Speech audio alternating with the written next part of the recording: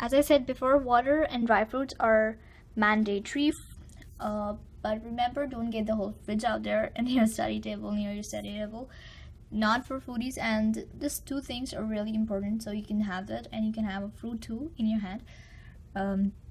That's just for staying hydrated and nourished. Now, the next most important thing is having a highlighter. I personally suggest you must have at least one highlighter, if not two, and a pencil, of course, and your stationery. I will see notebook, pencil, and whatever. And remember to use color pens in your notes or your working or something, because they actually make your notes more attractive, and so you actually feel literally loved when you open your notes, because it's your notes and it's your responsibility to make them attractive.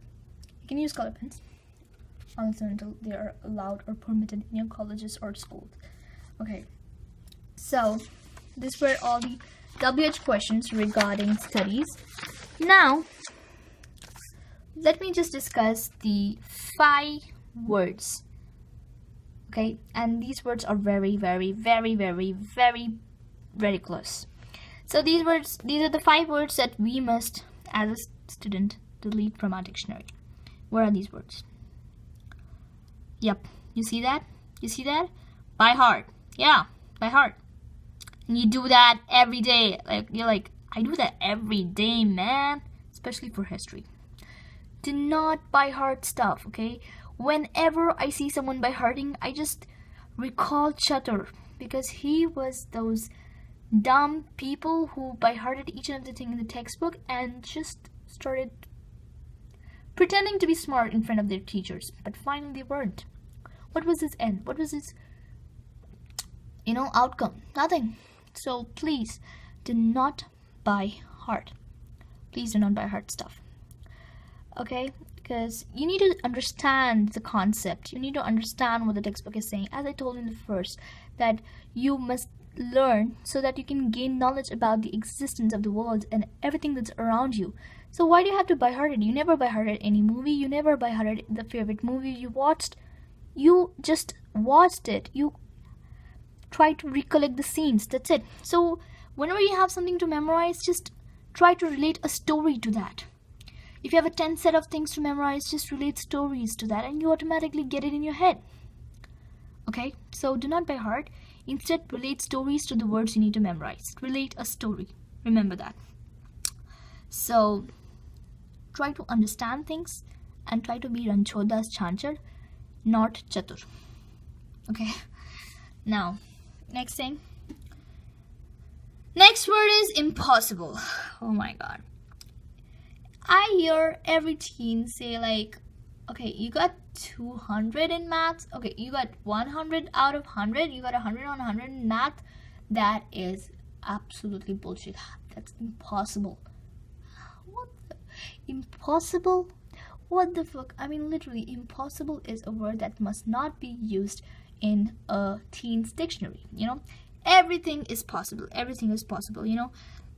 When Galileo Marconi, or maybe Abraham Lincoln thought of actually like, why can't a person talk to another person who is 200 miles away? And many people actually laughed at him, saying that's impossible, you can never think of that. But he actually made a device that made that happen, that made it real. So very importantly, there is no word called impossible. You can do whatever you desire or whatever you want to achieve just by not losing hope and not using the word impossible, because everything in the world is possible, and the word itself says I'm possible. Remember that. I'm possible. That's it. And one more thing, you are the biggest motivation for yourself, so don't forget that. The next word is boring. Boring? Oh my god, I tell you, social studies is so boring, especially history. And the way our lecturer says that, oh fuck, she just tells it the way we have to sleep, just like Lori, that we need to sleep right now. And I do not get good grades in that. Oh shit. You know what? This is a really sad story for all the social studies students out there who find social studies really boring, especially history. Okay, so don't say this word boring, because you know, history is very interesting, and I found this when I started reading the Mughal Emperor chapter on my history book. I found it so damn interesting. I just tried to think about all those emperors in those times and the way they lived their lives, and started making stories with each emperor, like remembering those people. Like after Babur you have Humayun, and after Humayun Akbar. It was very difficult, but you actually related a story with that, and you get it. Okay, you get it. You just need to relate a story to something that things really difficult to understand or really difficult to bear. You don't have to bear heart, you just have to understand it. Understand a story, you'll never forget it. Make it exciting, make it humorous. If you are a tragic living story, or you need a tragedy, bring out a tragedy in your story, in the history textbook story. Or if you are a fun loving person, if you really like comedy, then make your story hilarious. It's all up to you. The way you learn is completely different. You make your studies interesting yourself. So think about the ways that you would love your studies to be, just like how you would love movies to be. It's as simple as that, man. It's as simple as that. So remember to delete this word boring from your dictionary. And most of the time, the things that are boring are really related to your interest. If you don't interest you, you think it's boring. The next word is excuses. So, like, don't give excuses. Like, why didn't you do your homework today? Because I had guests in my home, because I didn't get time, because there was a power cut. Damn shit, even if you have 100 reasons not to do something, you must have at least one reason to do it. Man, do not bring out excuses. When you tell excuses to someone, it makes the other person show that you are literally not interested in coming to school. You're literally not interested in his topic, and you just buffer out. So please make sure you do not give excuses. And I don't want people giving me excuses every time. Just imagine if you are very much interested, you are really expecting something from a person, and he just says that, I'm sorry, I can't come because my mom is ill. I'm sorry, I didn't. Like, some really lame excuse, and you'll be like, dude, I was expecting so much from you. Just imagine yourself in that position, man. So please avoid giving excuses. Excuses are very bad. One more thing, if you generally have something really big excuse for not doing something, then it's acceptable. But if it's really not, and it's just made up excuse, then please avoid making so. Use your mind in not making excuses, understanding how to do that stuff instead of actually making it work and bringing out excuses. One more thing that almost all the teens love to do is they say yes for the useless things and a no for the useful things. Are you gonna do physics homework tonight? Oh, I'm sorry, I'm not. Actually, I'm too busy with some other assignment because maths is tomorrow's submission day, so I won't be there. Okay, would you like to hang out after school tonight? Of course, I'm ready. Oh my god, what the fuck? Like, how the hell did you get time for hanging out? And they're like, I'm okay. Like, I'm free till 7, so I can come. Yes, we all do it. Even I include myself into this list because we are so mad and we are pissed off. Our brains have the palma. Sorry, what is that? Some kind of hormone called dipolma hormone.